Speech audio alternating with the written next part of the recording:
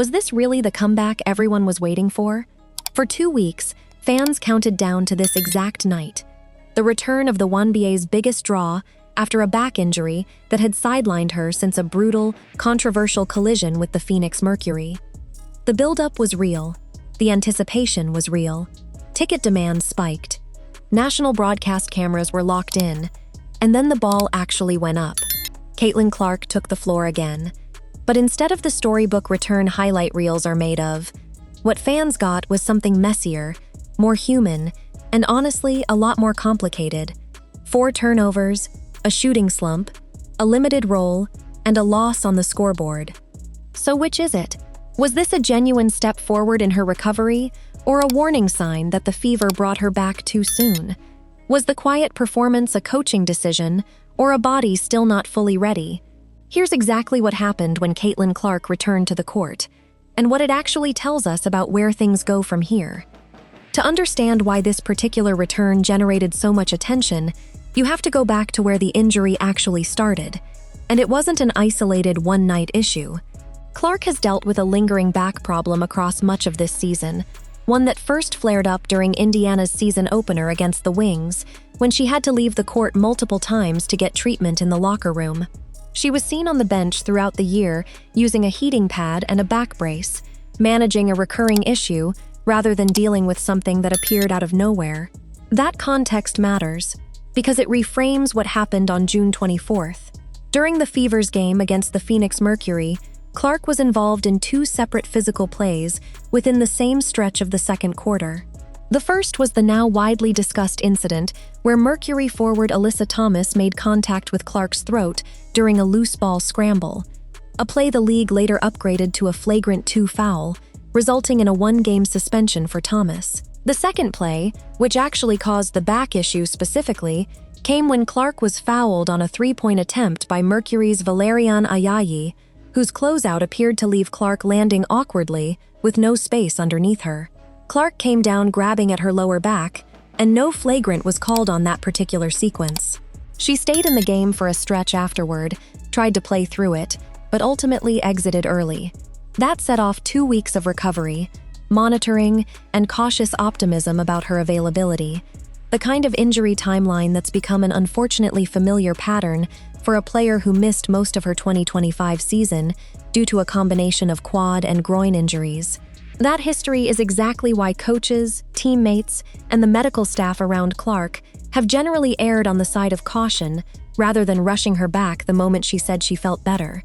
The Fever had a stretch of games, matchups against the Sparks and the Aces, that landed during a period the team could reasonably navigate without her, thanks to a break tied to the WNBA's Commissioner's Cup schedule. That timing gave Clark closer to 2 full weeks of rehab before the question of an actual return became urgent again. During that stretch, Clark stayed engaged with the media, regularly updating reporters on how she was feeling. Her tone throughout was cautiously optimistic rather than overly confident. She specifically noted she was doing everything she could to get as healthy as possible, while acknowledging the difficulty of trying to return in the middle of a scheduled back-to-back, where the physical demand of playing on consecutive nights adds real risk for a player managing a recurring injury rather than a single, isolated one. That back-to-back scheduling turned out to be the central tension defining her actual return. The Fever were set to play the Sparks on Wednesday and the Mercury on Thursday, the first meeting between Indiana and Phoenix since the incident that started this entire injury saga in the first place. Clark was explicit in the days leading up to the game that she didn't expect to play in both games, even if she felt good enough to return for one of them.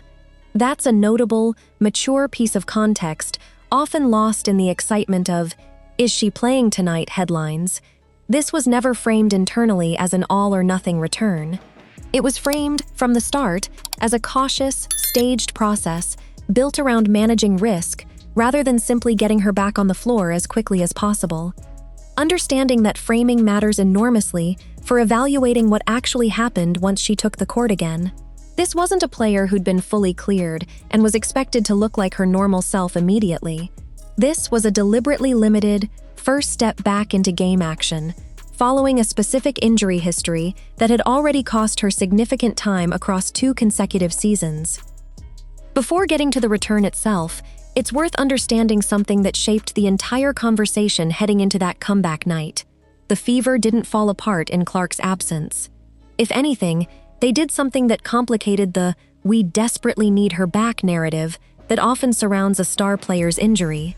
During the 2 games Clark missed, Indiana beat the Los Angeles Sparks 111-87 and followed that up with an 84-68 win over the defending champion Las Vegas Aces. Those wins pushed the Fever up to 5th in the WNBA standings, with the team sitting at 12-8 heading into Clark's return. It's worth noting some context around the strength of that competition. The Sparks were without star guard Kelsey Plum, and the Aces were missing 4-time MVP Aja Wilson, but 2 wins are 2 wins, and the manner in which Indiana got them mattered for the broader story. Kelsey Mitchell was the standout during that stretch, stepping into the lead scoring role and delivering big performances in both games. 27 points against the Aces and 26 against the Sparks in their first meeting the previous week. She'd actually overtaken Clark as the team's leading scorer during this specific window, averaging 21.9 points per game across the 2 contests without her. Sophie Cunningham and Lexi Hull also stepped up during that same stretch, giving the roster a genuinely balanced look rather than one that visibly collapsed the moment its most famous player left the lineup. That performance is worth sitting with for a moment, because it reframes part of the broader conversation around Clark specifically. A team that wins comfortably in her absence isn't a team desperately clinging to survival while waiting for its star to return.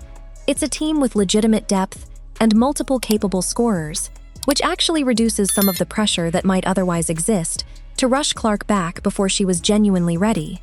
That's an important, somewhat underappreciated detail in how this entire return played out. Coach Stephanie White and the medical staff didn't have to weigh Clark's health against the very real risk of the team completely bottoming out without her. They had a legitimate, competitive alternative in the form of a roster that had just won consecutive games and climbed the standings. That gave them real flexibility in deciding exactly how, and how much, to bring Clark back into the rotation once she was cleared to play. This context also connects directly to something that gets easily lost in discussions, centered entirely around one star player: the depth of talent Indiana has actually built around her. Between Mitchell's continued excellence as a scorer, Aaliyah Boston's steady frontcourt production, and meaningful contributions from role players like Cunningham and Hull, the Fever's success this season has never been a story about one singular player carrying an otherwise unremarkable roster. It's a story about a genuinely balanced team that happens to also feature one of the league's most popular and talented individual stars. That balance is exactly why the team could afford to be genuinely cautious with Clark's return, rather than needing her to immediately deliver a dominant, saves-the-day performance the moment she stepped back on the floor. The stakes of her first game back were, in a very real sense, lower than they might have been for a team without that kind of depth, which turned out to matter quite a bit once the actual return didn't go exactly as fans might have hoped. On Wednesday night at Crypto.com Arena, Caitlin Clark returned to the court for the first time since her June 24th exit, playing against the Los Angeles Sparks in a game broadcast nationally. And the reality of that return looked considerably different from the triumphant, highlight reel comeback moment a lot of the pregame buildup had implicitly promised. Clark played 16 minutes, a clear reflection of the deliberate minutes restriction she and the coaching staff had discussed heading into the game. Within that limited window, she finished with 9 points, shooting 4 of 12 from the field and just 1 of 6 from three-point range. She also committed 4 turnovers, a notably high number relative to her restricted playing time, reflecting some genuine rust and rhythm issues rather than the smooth, controlled performance her game is typically built around. None of that is particularly surprising when you consider the full context. This was a player returning from a 2-week absence, dealing with a recurring back issue, operating under an explicit minutes restriction, and doing so in the first half of a scheduled back-to-back where the team already knew she wouldn't play the following night. Rust after a multi-week layoff is an extremely normal part of returning from injury, especially for a play style built around quick, explosive movement and precise shooting mechanics that depend heavily on rhythm and conditioning. The final score reflected a difficult night for the Fever as a team, not just for Clark individually. Los Angeles won 106-92, snapping their own 3-game losing streak in the process. Nneka Ogwumike led the Sparks with 24 points, 8 rebounds, and 5 assists, while Ray Burrell added 22, and De'Erica Hamby contributed 21 points and 9 rebounds. A genuinely strong, balanced offensive performance from a Los Angeles roster that had been struggling heading into the matchup. Kelsey Mitchell continued her strong recent stretch, even with Clark back in the lineup, leading Indiana with 29 points. Lexi Hull added 14, with Damiris Dantas contributing 12, and Tyasha Harris adding 10, meaning the Fever actually got a genuinely productive offensive showing across their roster, even while losing by a comfortable margin. Aaliyah Boston, notably, sat out this particular game with a right lower leg injury of her own, meaning Indiana was simultaneously managing multiple significant injury situations on the same night, further complicating the return storyline surrounding Clark specifically. It's worth being direct about what this performance was and wasn't. It wasn't the dominant, statement-making return some fans and media narratives might have hoped for heading into a nationally televised game. But it also wasn't a disaster or a sign of anything alarming beyond what should reasonably be expected from a player coming back from a multi-week absence under a deliberately limited role. 16 minutes, a restricted workload, visible rust in the shooting numbers, and a handful of uncharacteristic turnovers are exactly the kind of markers you'd expect from a cautious first step back into competition, rather than a full, unrestricted return to form. The framing matters here because of how quickly sports media narratives can swing toward either extreme, either treating a difficult individual game as proof of decline or ignoring context entirely and treating a losing effort as some kind of concerning setback. The more accurate read sits in between those two extremes. This was a limited, deliberately cautious return, following a real and recurring injury that produced exactly the kind of rusty, inconsistent individual performance that context would predict, within a team loss that had plenty of other contributing factors, entirely separate from Clark's own night. That's also exactly why the coaching staff's decision about the very next night, the second half of the back-to-back, against the Mercury, carried real significance heading into it, and reflected a much bigger, more important story than any single quarter of one comeback game. Perhaps the most important detail in this entire return storyline isn't what happened during the Sparks game itself, it's what didn't happen the following night, and the reasoning behind that decision. Ahead of Wednesday's game, Stephanie White had already confirmed the plan for the back-to-back stretch. Clark would play against the Sparks, but would sit out Thursday's game against the Phoenix Mercury, notably, the Fever's first meeting with Phoenix since the incident that caused this entire injury situation in the first place. In something of a corresponding trade-off, Aaliyah Boston, who sat out the Sparks game with her own leg injury, was expected to return specifically for the Mercury game. White described the plan directly. The two players would essentially flip-flop across the two nights, managing multiple injury situations simultaneously, rather than trying to have both healthy, available stars on the floor for both contests. That decision is worth examining closely, because it reflects a level of institutional caution that stands in meaningful contrast to some of the broader season-long conversation about how aggressively the league and its players push through injury and physical contact. Rather than trying to get Clark back for the emotionally charged, highly anticipated rematch against the team and player connected to her original injury, the Fever explicitly chose to hold her out of exactly that game, prioritizing her long-term health and recovery timeline over the obvious media and fan interest in seeing her play in that particular matchup. That choice sends a clear signal about how the organization is actually managing this specific injury, separate from anything related to public pressure or narrative considerations. A team looking to maximize short-term attention and storyline potential would have had every incentive to get Clark on the floor for the Mercury rematch specifically. It was, by any reasonable measure, the most anticipated, highest attention game on the team's immediate schedule, given everything that had unfolded since the original June 24th incident. Choosing instead to rest her for exactly that game, rather than for a comparatively lower-profile matchup, suggests the decision was driven by genuine medical caution rather than any attempt to manage the surrounding media narrative. This connects to a broader, recurring theme across Clark's now 3-year professional career: the tension between her extraordinary individual popularity and marketability, and the genuine physical toll that popularity and the accompanying attention have placed on her body. She missed significant time in 2025 due to quad and groin injuries. She's dealt with a recurring back issue for a meaningful portion of the current season. And now, even in a moment with obvious commercial and narrative incentive to have her available, the organization chose caution over urgency.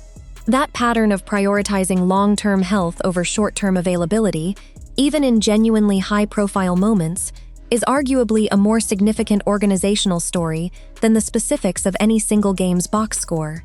It suggests the Fever, and Clark herself, have internalized real lessons from the extended absence she dealt with the previous season, treating a recurring injury with the seriousness it deserves, rather than repeatedly pushing through discomfort simply because the moment calls for a dramatic return. For a franchise and a player operating under this level of constant national attention, that kind of restraint isn't necessarily the easy or obvious choice.